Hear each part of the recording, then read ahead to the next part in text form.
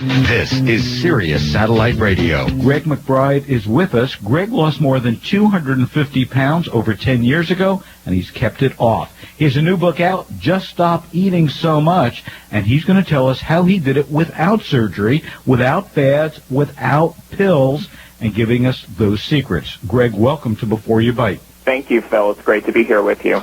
First of all, let me congratulate you, losing 250 pounds and keeping it off. Major accomplishment. Congratulations. Thank you. Thank you. I accept that. And you got to tell us, how'd you do it? It's so funny that you asked that because everyone does when they find it out. I mean, I have kept the weight off now for over 10 years. And so a lot of people that ask me never knew me when I was that heavy. So they, first of all, don't believe me that I was that heavy. Right. But what it came down to is eating less and exercising more. There was no magic cure. And when I tell people this, their initial reaction is usually disappointment because they wanted me to tell them, oh, well, you just weight on, and it comes off. And I had tried every one there is. It's funny listening to you talking about different diets and stuff because I have truly tried everything and would have some initial success and then put weight back on. And, the yo-yoing began at about age 6 for me. So, and pardon the vernacular here, but you were a fat kid. Oh, yeah. Yeah, I have no problem with the word fat. I mean, it's a very good descriptor. We know what it means, and it doesn't have to mean ugly or, bad or anything like that. It's just sort of a fact. And I was a fat kid, and my parents immediately tried to put me on a diet. And, in fact, forbade me to have any kind of sugar or sweets or junk food. Our house was barren of that stuff.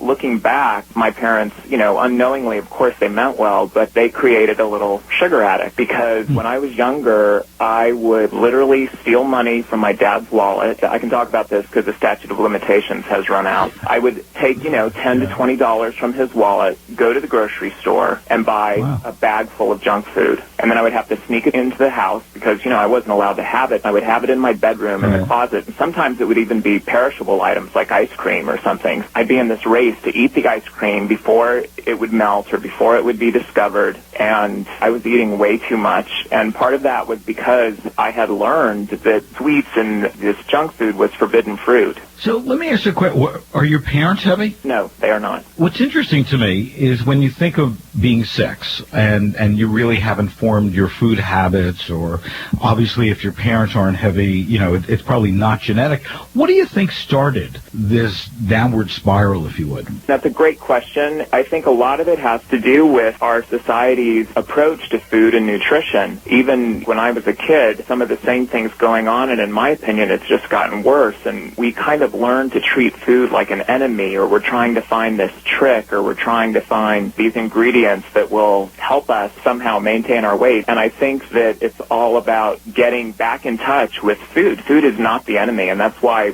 what I find what you do is just so amazing, because the more informed we are, the more we can enjoy ice cream reasonably. And what about satisfaction? If you take a look, one of the things that we always talk about, and that I'm very concerned about when it comes to obesity or our health and nutrition in this country, is my feeling is that foods aren't satisfying anymore. Not only don't we have that connection, but whether it's loading them up with high fructose corn syrup or artificial flavors, artificial whatever, you take a piece of chocolate and you can eat a whole bar because it's not fulfilling, or you can eat a Big Mac versus just having a little piece of something that's satisfying, and then you wouldn't eat as much. Absolutely. I think that's so key, and in fact, I will tell people, you know what, don't go for the sugar substitutes, don't go for the fat substitutes. Instead, have a small piece of something that is real and take a moment to really enjoy it. You mentioned chocolate. A piece of dark chocolate, a reasonable piece, can be so tasty and actually healthy for us,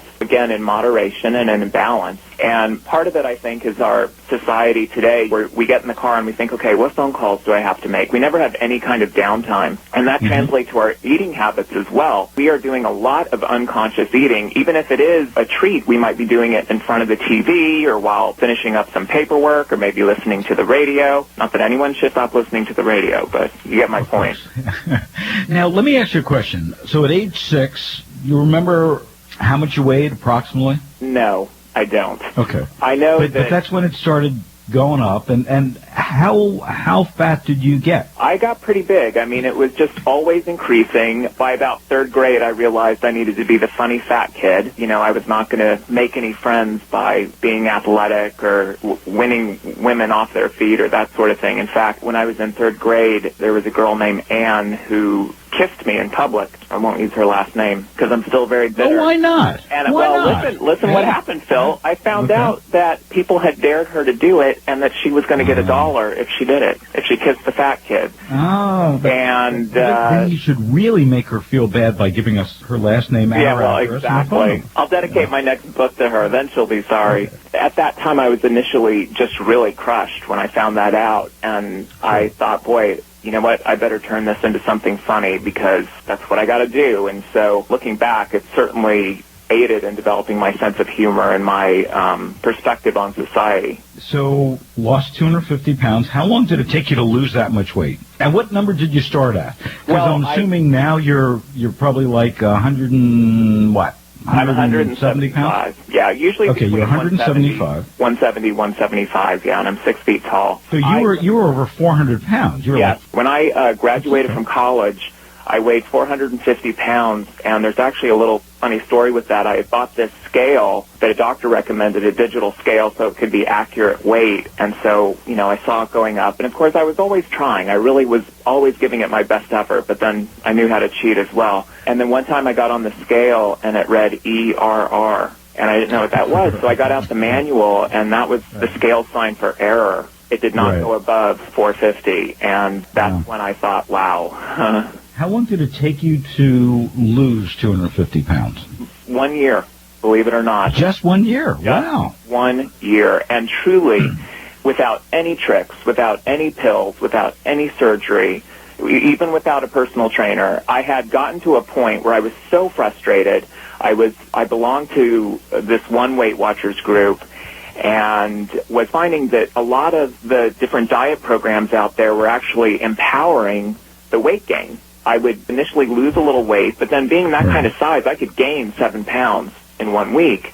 And I remember one time weighing in, and the person weighing me in said, well, that's okay, you'll do better next week. And I said, you know what, it's not okay that I just gained 7 pounds. I mean, I was so upset, and it was I kind of found these things to be a Band-Aid on the wounds that needed more attention. And in my opinion, a lot of those programs are geared to keep us coming back because that's when they get the most members. At the end of the year, everybody's going back. You know, rejoin for this amount of weight. You know, why are people having to rejoin if these programs are successful? Or also another favorite of mine is if you look at any of the TV commercials, don't pay attention to what the people are saying. Look down in the corner of the screen, and you're going to see results not typical. Right. And what does that tell us? So I was so frustrated, Phil, and I was looking at a friend at work, thin, successful, had everything going on, had obviously gotten some kind of brochure that I had not gotten.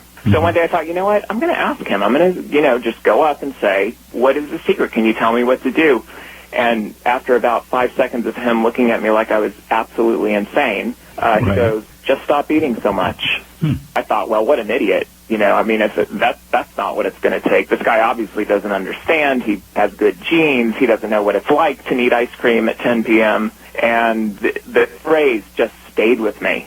Just stop eating so much. Just stop eating so much. And so at that point, I thought, wow, that really is something. And it was resonating with me. And so I developed my own plan. No forbidden food groups, no tricks, where I was eating very healthy, very basic foods. You know, you talk about getting back to the flavors of real food and how really good it can be without salt, without oil, without mayonnaise.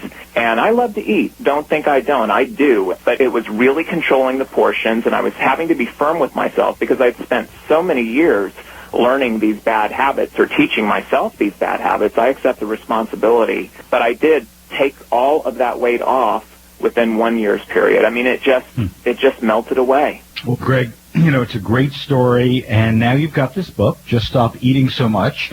I hope, you know, the guy that gave you the title, hope you dedicated the book to him at least. I didn't, but I am in touch, and he's very supportive. You've got a website if people want to know more information, right? Yes, juststopeatingsomuch.com is the website. They can go on. They can find more information. There's lots of free recipes, lots of good resources there. Terrific. Well, Gregg, thanks so much for joining us. And again, congratulations, 250-pound loss in 1 year. Gregg proves it that we can do it.